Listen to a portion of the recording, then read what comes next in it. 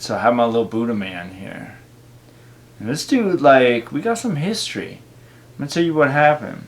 I was out hiking, and I found this guy on a mountaintop, and I thought it was really amazing. Like, he was looking out over this valley that I just love with all my heart. And I don't know how long he'd been there, but he's worn, he's a little beat up and bruised. And I took him. But I had another Buddha at my house that hadn't soaked up all that energy from the sun and the valley and that fresh air. And so the next time I was up the mountain, I put that Buddha there for somebody to find. And hopefully they took him. Hopefully they replaced him with a Buddha of their own. But Stu's been with me ever since.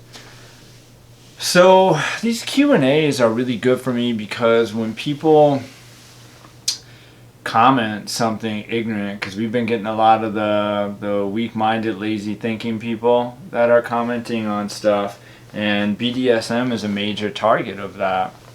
There's a lot of misconceptions. So I'm gonna do a little Q&A, and that way if people comment, I can be like, I did a video on this, and leave it at that. I really struggle with this part of myself a lot. Really, really struggle. And I know I've said it in other videos, but I'll talk a little bit about how, like, my journey on this and what it is, what it isn't, some of those things, answer hopefully some questions, and hopefully be reasonably succinct, which I'm not always great at. But so it was hard for me. I had these preconceived ideas of it. I always picture this movie that had, I forget who it was, some actor. I think it was one of the dudes from the Blues Brothers, but he was dressed up all in like a ball gag and stuff like that. And so I just always had this preconceived idea that BDSM was just this like sadomasochistic, like just dominating somebody against their will. And I was like, no, I could never do that. That's not for me. And when I learned the nuances of it and the psychology of it, I would call myself a psychological dom before I would call myself anything else. I'm not really about inflicting a ton of pain. That's, being a masochist or a sadist. And you can be involved in BDSM and you can not like pain and you can not like inflicting pain. That's not necessarily what it's about. So what is it about? What is it not about? Is it healthy? Is everybody that's involved in BDSM like an ex-stripper or some sort of sexual assault survivor or molestation survivor, or are they all unhealthy? Well, that's an interesting one because BDSM was actually put in the DSM-5, which is just like a medical handbook for different disorders and things like that, diagnoses. I think diagnoses sounds better. And there are so many people that are in the psychiatrists, psychologists, they're in the mental health field that are actually BDSM practitioners, that in the next version of the DSM, it was removed. And there were some studies done on it, and it was found that people that are in the BDSM community tend to have higher mental health scores. And the reason that they think this is because you have to there's this burden of entry, and you have to sort of hit this point where you accept these things about yourself and you say, oh, this is okay, I do like this, or it's all right that I like this isn't weird, or I always thought this was wrong, but it's not wrong. And so you process these things, so it's thought that there's a higher level of self-awareness, self-understanding, willingness to be true to yourself, self-exploration, and things like that. And as a result, just overall, it higher mental health scores. Not because you're into BDSM, not specifically because of that, more so that people that are into BDSM have that ability to not define themselves necessarily by a portion of themselves. So for me, this goes back to being a really, really small child, and I identify as a daddy dom, which you see in my other videos. And this is not about age play, which I've said in videos. It has nothing to do with children. I actually saw a video where somebody didn't understand BDSM, and their ignorance shine. They actually said that daddy little girl dynamics are about adult pedophilia. That doesn't even make sense. Adult pedophilia? Okay. Whatever. If it's adults, it's not pedophilia. But that's definitely not what it's about.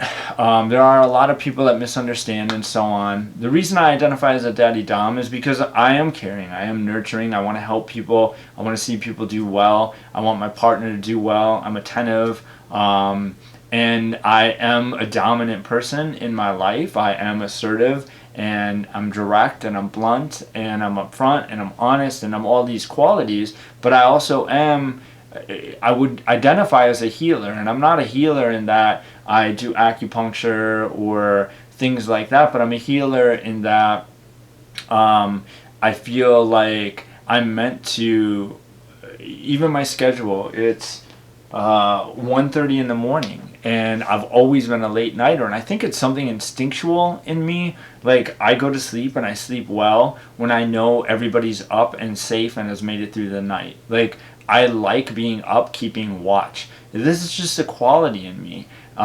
So I started noticing these things very, very early on in life, but I repressed them.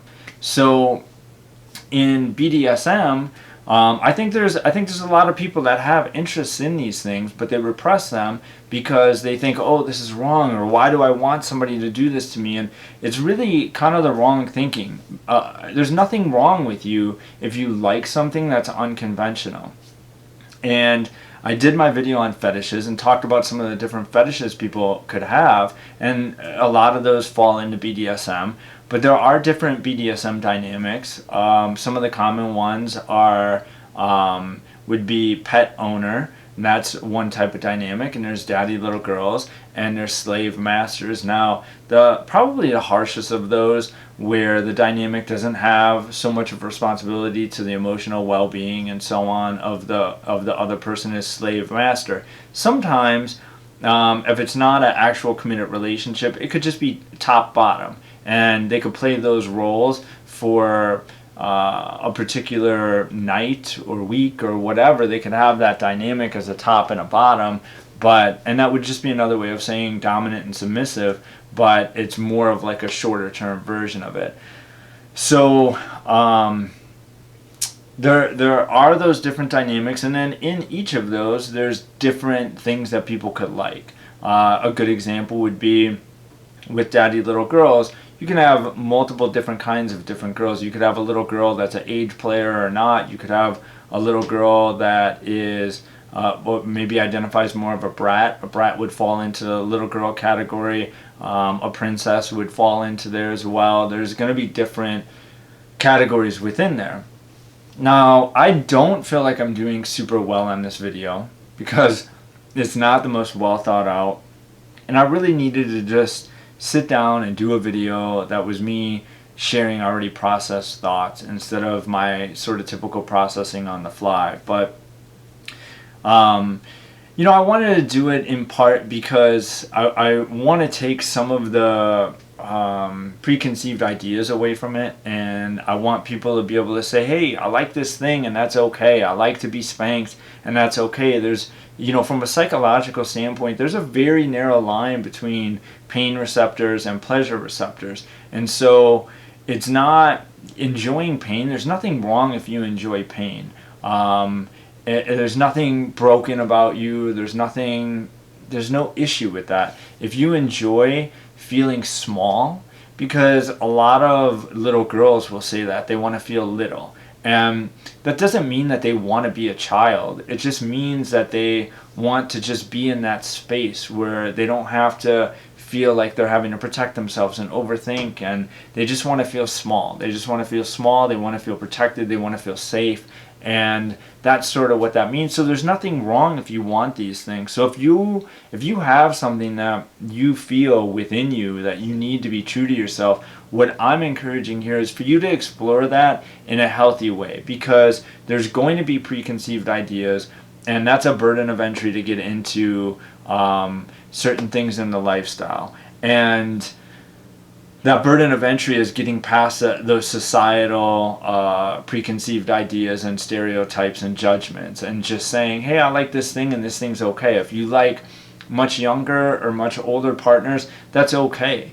And it's not creepy. And your friends might say, oh my God, that's creepy. But it's not creepy. It's okay. It's okay to like these things. It's okay to want these things. There's a lot that is all encompassing as human beings. We live very, very complex lives, and we want very strange and peculiar things sometimes. And I think that's a reflection in our food. We eat octopus, and we eat live things, and we eat fish eggs, and we eat all kinds of stuff, and we don't judge those things. But then in other areas of our lives, like our sexuality or our relationship preferences, we tend to be a little bit more judgmental. And I just want to affirm that it's fine to explore some stuff. Do it in a healthy way. Always do it in a consensual, safe. It's sort of a BDSM slogan: sane, safe, consensual. Always just sane, safe, consensual. Be safe, be sane, be consensual,